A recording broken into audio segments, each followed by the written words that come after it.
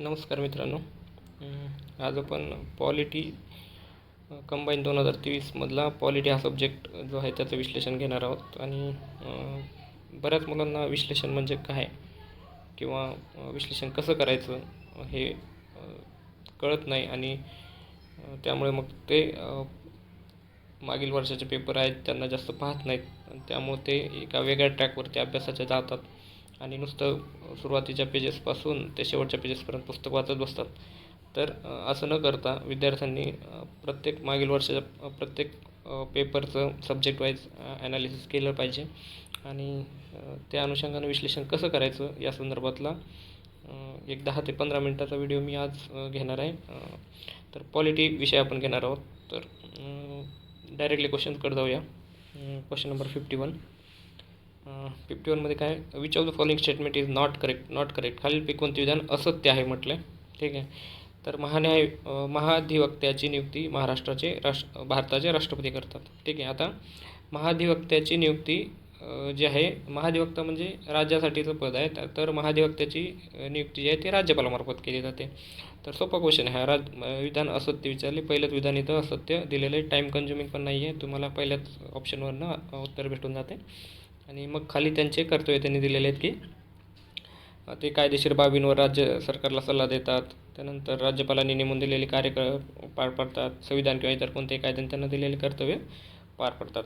ठीक आहे. तर आता हेच कर्तव्य जे आहेत ते महान्यायवादी जे आहेत ना ते केंद्र सरकारच्या बाबतीत करतील. ठीक आहे. आणि मग या संदर्भात तुम्हाला दोघांचे कलम बघून घ्यायचे आहेत. त्यानंतर त्यांना कोणत्या समित्यांमध्ये हजर राहायला परवानगी असते किंवा ते संसदेत किंवा राज्य विधिमंडळात कधी उपस्थित राहू शकतात हे सुद्धा तुम्हाला बघायचं आहे.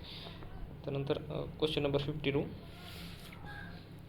भारतातील उच्च न्यायालयाबाबत कोणते विधान बरोबर नाही. इथं पण बरोबर नाही विचारले. आता उच्च न्यायालय जनहित याचिकांशी संबंधित याचिका स्वीकारू शकतात. तर उच्च न्यायालय आणि सर्वोच्च न्यायालय जे आहे ते आपल्याकडे PIL स्वीकारू शकतात. त्यामुळे पहिलं वाक्य बरोबर आहे. त्यानंतर उच्च न्यायालयाच्या प्रत्येक न्यायाधीशाची नियुक्ती राष्ट्रपती करतात. हे सुद्धा बरोबर आहे. उच्च न्यायालय आणि सर्वोच्च न्यायालय यांच्या नियुक्तीचे अधिकार जे आहेत ते राष्ट्रपतींना आहेत. ठीक आहे.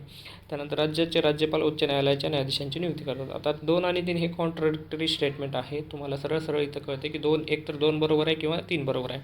मग दोन्हीपैकी एक बरोबर नाही आहे. मग 2 आणि 3 यापैकी तुमचं उत्तर असलं पाहिजे. त्यासाठी तुम्हाला उच्च न्यायालयाच्या न्यायाधीशाच्या निवृत्तीचं वय किती आहे ते सुद्धा माहीत नसेल तरी तुम्ही सरळ उत्तराकडं जाऊ शकता.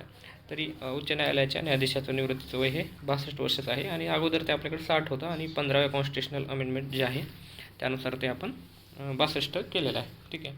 तर 52चं उत्तर इथं 3 आहे. त्यानंतर पुढील क्वेश्चन बघा. 53 number question. Which of the following day is celebrated by the government of India every year as 24 April. Which of the following celebrated by the government of India every year on 24 April. ठीक आहे. तर भारत सरकारकडून कोणता दिवस साजरा केला जातो 24 एप्रिलला. तर या संदर्भात पंचायत राज दिन हा 24 एप्रिलला साजरा केला जातो आहे. कारण की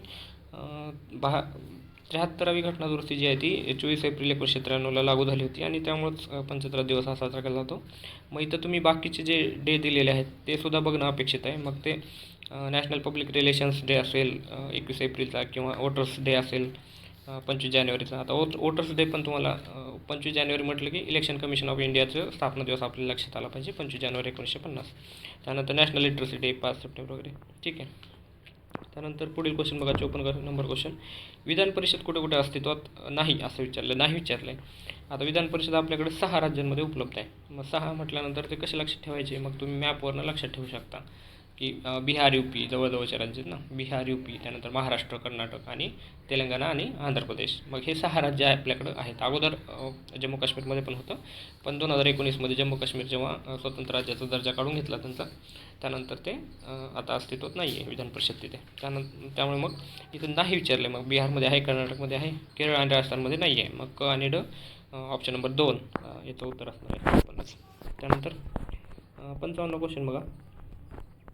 आता इथे 73वी घटनादुरुस्ती जी आहे ती आपल्या सगळ्यांना माहिती आहे ती पंचायत राज संदर्भातील घटनादुरुस्ती आहे. मग डला ऑप्शन 2 यायला पाहिजे. मग एक ऑप्शन इथं 3 नंबरचा एलिमिनेट होतो आहे. ठीक आहे. मग त्यानंतर 61वी घटना दुरुस्ती जे दिले आहे ते मतदारांचं वय 21 वरून 18 वर्ष केलं. आता राज्यसभेला हा मेन्सला 2 ते 3 वेळा हा क्वेश्चन आलेला आहे की मतदारांचं वय 21 वरून 18 वर्ष कोणत्या घटना दुरुस्तीने केलं किंवा 61वी घटना दुरुस्ती कोणत्या संदर्भातली आहे, कशा संदर्भातली आहे. ठीक आहे, तर 61वी घटना दुरुस्ती अचं ऑप्शन 3 आपल्याकडे येते. मग अचं 3 आलं तर आपल्याकडे बाकीचे 3 एलिमिनेट होऊन जातात. ठीक आहे, तर ऑप्शन नंबर 2 येतं बरोबर आहे. अचं 3. त्यानंतर बला 44व्या घटना दुरुस्ती राष्ट्रपती आणि उपराष्ट्रपती पंतप्रधान यांच्या निवडणुकीविषयीचे वाद सर्वोच्च व उच्च न्यायालयात घेतले जातात. आणि 41वी घटना दुरुस्तीनं राज्य लोकसेवा आयोगातील सदस्यांच्या निवृत्तीचं वय 60 वरून 62 वर्ष केलं. आता इथं मी मागील क्वेश्चनमध्ये सांगितल्याप्रमाणे 41व्या घटना दुरुस्तीनं जे MPSC किंवा इतर जे लोकसेवा आयोगातील सदस्य आहेत त्यांचं 60 वरून 62 वर्ष केलं. आणि 15व्या घटना दुरुस्तीनं उच्च न्यायालयाच्या न्यायाधीशांचं वय रिटायरमेंटचं 60 वरून 62 केलं, असं तुम्ही लक्षात ठेवू शकता कम्पेअर करून. ठीक आहे, त्यानंतर मग आता इथं घटना दुरुस्ती संदर्भात क्वेश्चन विचारला. मग आपल्याला ज्या महत्त्वाच्या घटना दुरुस्ती आहेत किंवा 42वी घटना दुरुस्ती आहे किंवा अजून रिसेंट ज्या घटना दुरुस्ती झालेल्या आहेत 100च्या पुढच्या, तर त्यासुद्धा आपण करण्यात अपेक्षित आहे. त्यानंतर पुढचा क्वेश्चन 56 नंबरचा क्वेश्चन दिलेला आहे. सरपंचांच्या अधिकार आणि कर्तव्य याबाबत खालील विधाने विचारात घ्या. आता ग्रामसभेत मंजूर झाल्या ठरावाची अंमलबजावणी करणे बरोबर आहे. ग्रामपंचायतीच्या मालकीचे मालमत्तांचे संरक्षण करणे हे सुद्धा बरोबर आहे. ग्रामपंचायतीतील क्षेत्रातील प्राथमिक शाळावर देखरेख करणे. आता हे तिन्ही वाचल्यानंतर आपल्याला वाटतं की तिन्ही बरोबर आहेत. ठीक आहे, पण स्पेसिफिकली हे जे आहे ते ग्रामपंचायत अधिनियम 1958मध्ये हे ग्रामपंचायत क्षेत्रातील प्राथमिक शाळांवर देखरेख ठेवण्याचं काम जे आहे ते ग्रामपंचायतीकडे स्वतःकडेच ठेवलेलं आहे. ग्रामपंचायत जी पूर्ण बॉडी आहे त्यांच्याकडे आहे.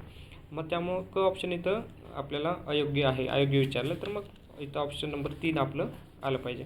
आता याच्या संदर्भात सरपंचांचे अधिकार विचारले आहेत म्हटल्यानंतर आपण इथं काय करणं अपेक्षित आहे, तर पंचायत समितीला आपण पंचायत समिती सभापती असेल किंवा जिल्हा परिषदचा अध्यक्ष आहे त्यांच्या संदर्भातील काही कर्तव्य त्यांच्या अधिनियमात दिलेले आहेत तर ते बघून घेणे अपेक्षित आहे. त्यानंतर सरपंच उपसरपंच यांचं तुम्ही कलम पाहून घेतले पाहिजेत अधिनियमामध्ये. त्यानंतर पंचायत समितीमध्ये जे सभापती असतील उपसभापती असतील त्यानंतर तिथला BDO असेल त्यांचे तुम्ही कलम पाहून घेतले पाहिजेत. आणि जिल्हा परिषदच्या बाबतीत देखील CEO असेल किंवा जिल्हा परिषदचे अध्यक्ष असतील उपाध्यक्ष असतील या सगळ्यांच्या बाबतीतले कलम आणि त्यांचं कर्तव्य तुम्ही पाहून घेतले पाहिजेत. ठीक आहे, त्यानंतर 57 नंबरचा क्वेश्चन बघा. खालीलपैकी कोण सरकारी आयोगाचे सदस्य नव्हते विचारले इथं. आता सरकारी आयोग हा 3 मेंबरचा आयोग होता. तर सरकारी आयोग जो आहे तो 1983 मध्ये स्थापन केलेला आहे आणि त्याने रिपोर्ट दिलेला 1988 मध्ये. ठीक आहे, तर त्याचे 3 सदस्य कोण होते, सरकार्या, त्यानंतर शिवरामन आणि सेन असे 3 SSS मी लक्षात ठेवलेलं, पण इथं त्याने सुब्रमण्यमच दिलेलं आहे. पण ठीक आहे, तर हे 3 सदस्य होते आणि रामा सुब्रमण्यम हे त्याचे सदस्य नव्हते, त्यामुळे त्या 57चा ऑप्शन 3 नंबरचं आहे. आता सरकारी कमिशनच्या बाबतीतले बऱ्याच वेळा गव्हर्नरच्या बाबतीतल्या रिकमेंडेशन्स आपण ऐकत असतो की गव्हर्नरच्या बाबतीत त्यांनी काय सांगितलं काय नाही. सुप्रीम कोर्टसुद्धा बऱ्याचदा कोर्ट करत असतं. तर सरकारी कमिशनच्या बाबतीतल्या आपल्याला गव्हर्नरच्या रिलेटेड ज्या रिकमेंडेशन्स आहेत त्यानंतर इंटरस्टेट काउन्सिलच्या संदर्भातल्या ज्या रिकमेंडेशन्स आहेत त्या इथं पाहणं तुम्ही अपेक्षित आहे. त्यानंतर क्वेश्चन नंबर 58 बघा. 58सुद्धा फॅक्च्युअल क्वेश्चन आहे. पार्ट्सवर क्वेश्चन विचारला हा. इलेक्शन कमिशनचं पार्ट त्यांनी विचारलं आहे. म्हणजे तुम्हाला इथं कॉन्स्टिट्यूशनमधले महत्त्वाचे पार्ट्स ॲटलिस्ट आता सगळेच महत्त्वाचे आहेत, पण तरी त्यातले त्यात महत्त्वाचे जे आहेत पहिले 15 तर ते इथं माहीत असणं अपेक्षित आहे. आणि इलेक्शन कमिशनचं हे 15वाच भाग आहे आणि त्यामध्ये आर्टिकल 324 तुम्हाला माहीत असायलाच पाहिजे. तर इथं 324 त्यांनी 2 ठिकाणी दिलेलं आहे, परंतु पार्ट यांनी चुकवलेला आहे एक. मग त्यामुळे पार्ट 15 ऑप्शन नंबर 2 हा इथे बरोबर